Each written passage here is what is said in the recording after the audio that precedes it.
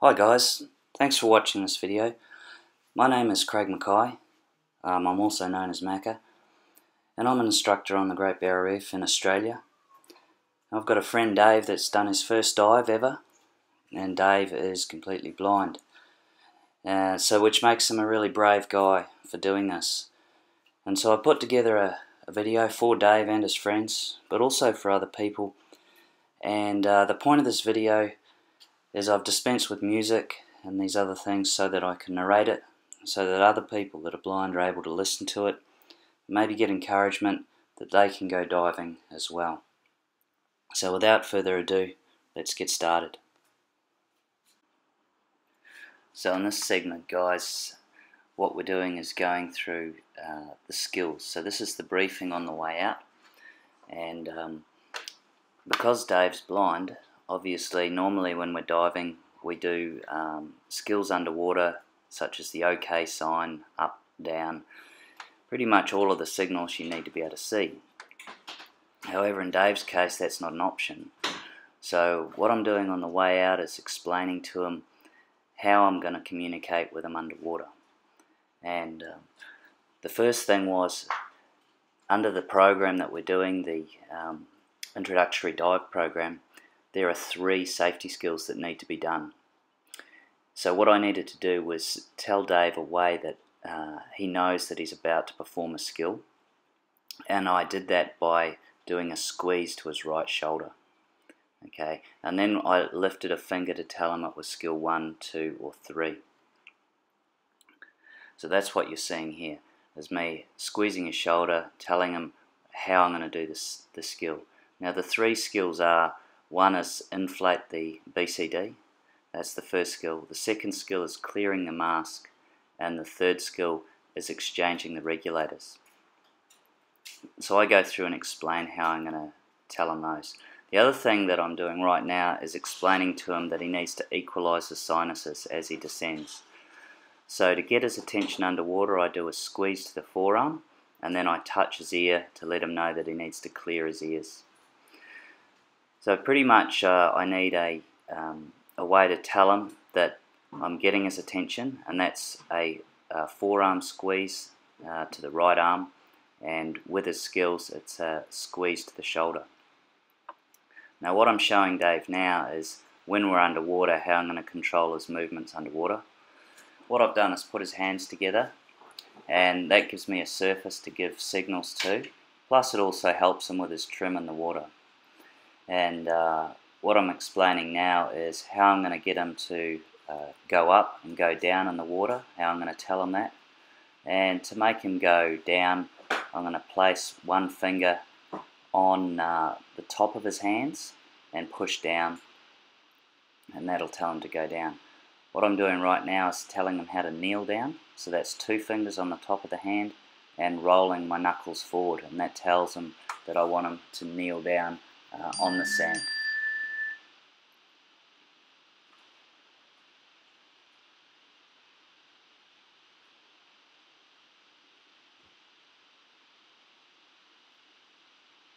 So just some general explaining of what's going to happen during the dive as well. Of course, you need to explain how his movement is affected in the water. When you're swimming in the water, it's a 3D environment, and although Dave had done a lot of swimming on the surface, he wasn't used to swimming in a 3D environment. So what we're doing now, we're down on the dive deck, guys, and again I'm dry running through those skills. So Dave's in his gear, he's got the regulator in his mouth, and I'm basically taking him through what he's going to need to do underwater. And we did this a couple of times before he got in, just so that he was completely confident about what he's going to do. Here's another shot. I was just getting ready before the first dive. So we're going to run through the skills. This was off the GoPro. So again, reminding Dave about the kneel down. That's a pretty important one because we don't want to be kicking all the time.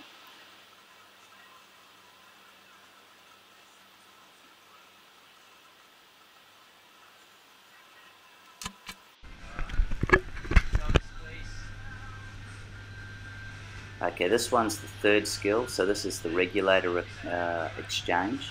So we don't do a full recovery on this one. What we're doing is teaching Dave to take the primary regulator out and find the alternate regulator, the yellow one, put it in his mouth and clear it, and then put the primary back in.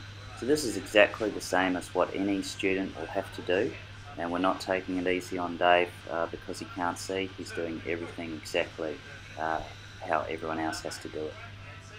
So that's Dave doing the third skill right there. Alright Dave, my man. So Dave's all finned up, ready to go. He's just about to move up to jump off the boat. And other hand. Yeah, he's just shuffling along. Got fins on already, walking along the dive deck. Shuffle, shuffle. We call this the penguin walk. You just shuffle your feet along. So he's doing great. Past the pole. Alright, now I want you to put your other hand out. And almost ready to jump in. So this is actually a clip out of Dave's second dive. And David progressed really well to this point. He was pretty confident. And he's doing something that people don't normally do, and that is jump out the side door. Some of our introductory divers that are very confident will let them do this, but otherwise they normally do an entry into the water right next to the rope. So here's Luke explaining to Dave how he's going to get in the water. He's telling him a couple of things, like he needs to hold his mask and hold his regulator, look straight out rather than straight down, and just take a big step out. Alright. So this is quite a scary thing for anyone to do, much less somebody that can't see what's going on. So Dave is a legend for doing this. So he jumps right out, right and perfectly into the right spot, and that's me in the water just going over and grabbing him. So from there we go over to the descent line and just having a bit of fun. Slow-mo, instant replay of Dave the legend.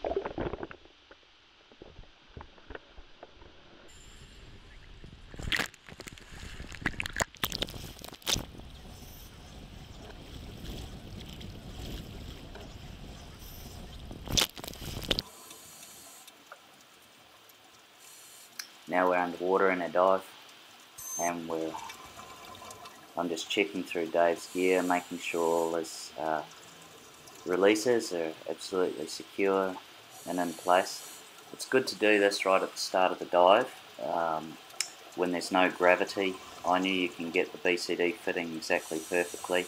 Although you've got it roughly right on the surface, it's much better to get everything firmly in place once you're underwater before you get going. Squeeze to the forearm there to get Dave's attention, and then I'll position him with his hands together to start swimming.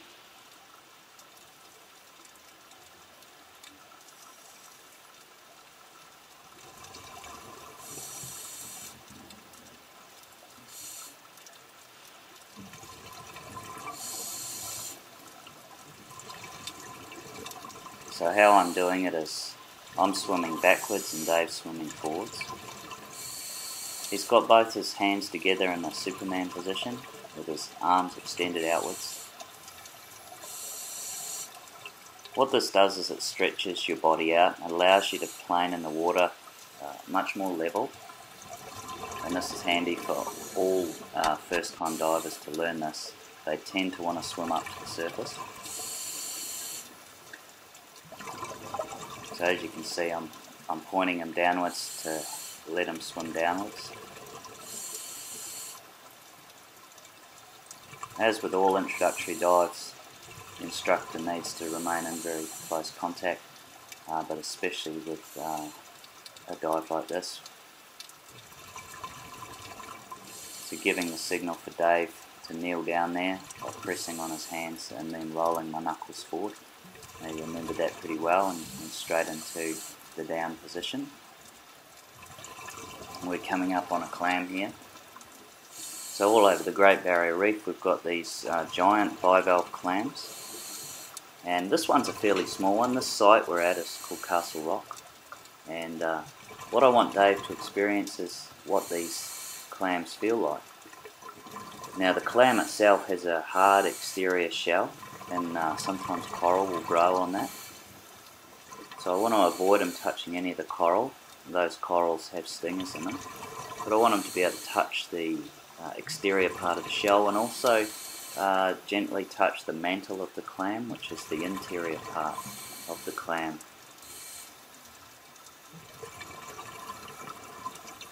So Dave's just trying that now. He's just realising that he's touching something that's a bit different. And Tallis has got a nice close-up now of the clam. The clam is completely shut now because the clam's sensitive to shadow. And it's also sensitive to touch as well. And so its defence mechanism is to close itself up and protect that mantle. Then after a few minutes it'll open up again, and how it works is it uses sunlight. As that sunlight hits the mantle, it generates food for the clam. That's one of the ways that it makes food. But it's perfectly safe for the clam to have gentle touch on the outside of it. So in general, we don't really recommend going around touching things underwater, especially if you don't know what it is. You should never do that. But if you're with a qualified instructor that knows what's going on, and you're very gentle with marine creatures, you can interact with them. Obviously you can't overdo it. You need to be thoughtful about any potential damage that you might do to the reef or to the creatures. So we're off and away kicking again.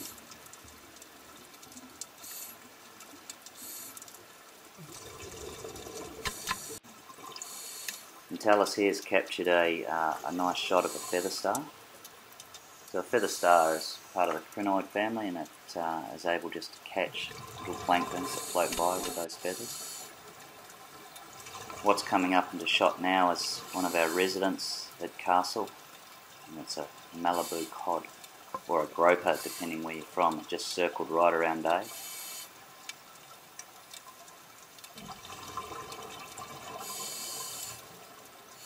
And just signalling to tell us to grab a pineapple sea cucumber that we saw.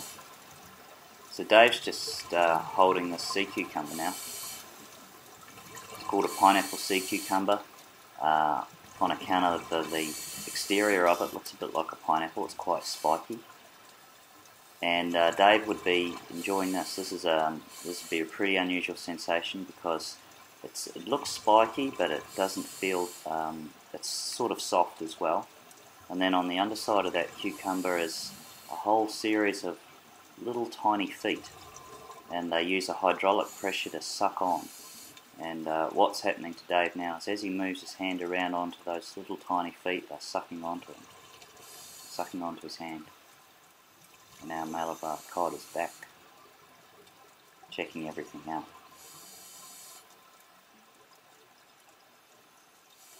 So pineapple sea cucumbers sit on the ocean floor eating sand.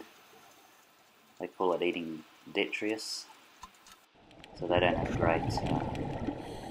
great diet for sure. So this is later on the second dive. Dave has really progressed now, and what I'm doing is I've got a tethering technique where I use a weight belt, one in each hand. So instead of swimming backwards with him, I'm now alongside, and I'm able to direct Dave by pulling on this weight belt to pull his right or left arm up, which will cause him to change direction. And we did this for about 30 minutes, and by the end of it Dave was getting very comfortable with this way of being controlled in the water. And it's good for him because it allows him to really feel the sensation of weightlessness in the water. And if you're a certified diver, this will tend to be the technique that they get you to use. So there's an organisation, HSA, Handicapped Scuba Association, based out of America, have a guidebook on diving for certified divers. And one of the techniques that they have in here that they suggest is to use the weight belt. You see I'm just correcting Dave's trim in the water, basically pushing his tank down. Tallis has branched off and found a lionfish here. So unlike in the Caribbean, over on the Great Barrier Reef, the lionfish are not a drama. They don't eat everything. They have natural predators over here and their population's in check. They're an amazing little creature and a very clever predator. And they look pretty cool as well.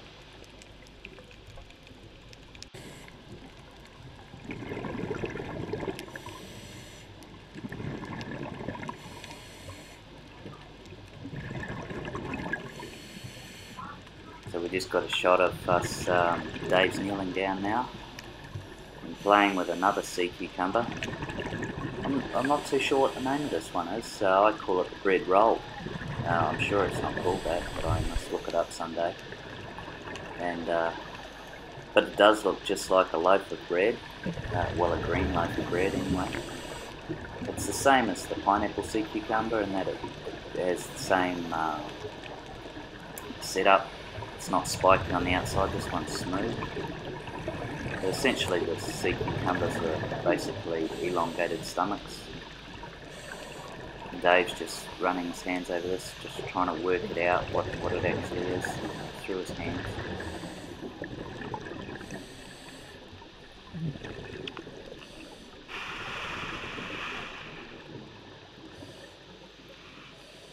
So the sea cucumbers are called the vacuum cleaners of the ocean. They sit there sifting through the sand, trying to extract nutrients out of it.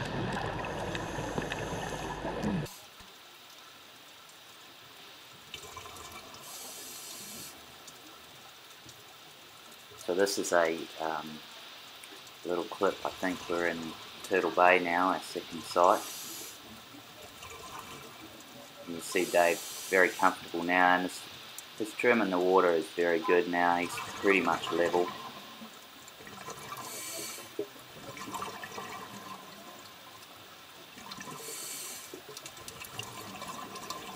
Dave had done a lot of swimming, so I certainly didn't have any trouble getting him to kick. If anything, I had to get him to slow down. He was racing around the place.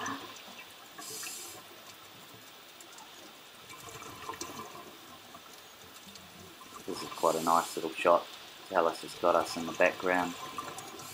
Some reef fish right in the foreground, right over a little bit of acropora coral.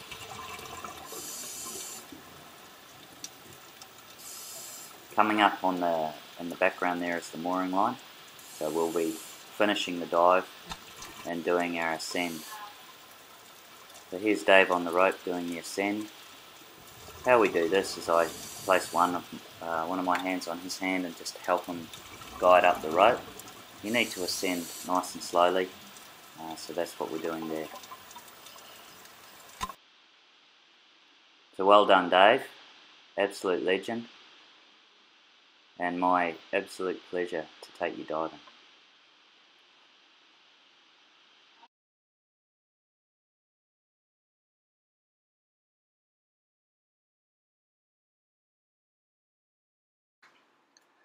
So I'd just like to thank a few people that made the day possible.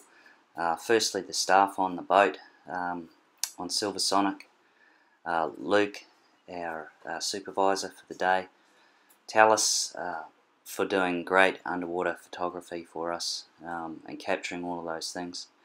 And I'd also like to especially thank Travis, our general manager, and Hines, our dive manager, for allowing this to happen and giving the big tick. So I want to encourage anyone that's out there listening, yes, you can go diving, and encourage you to build up that confidence like Dave's done over the years to try new things.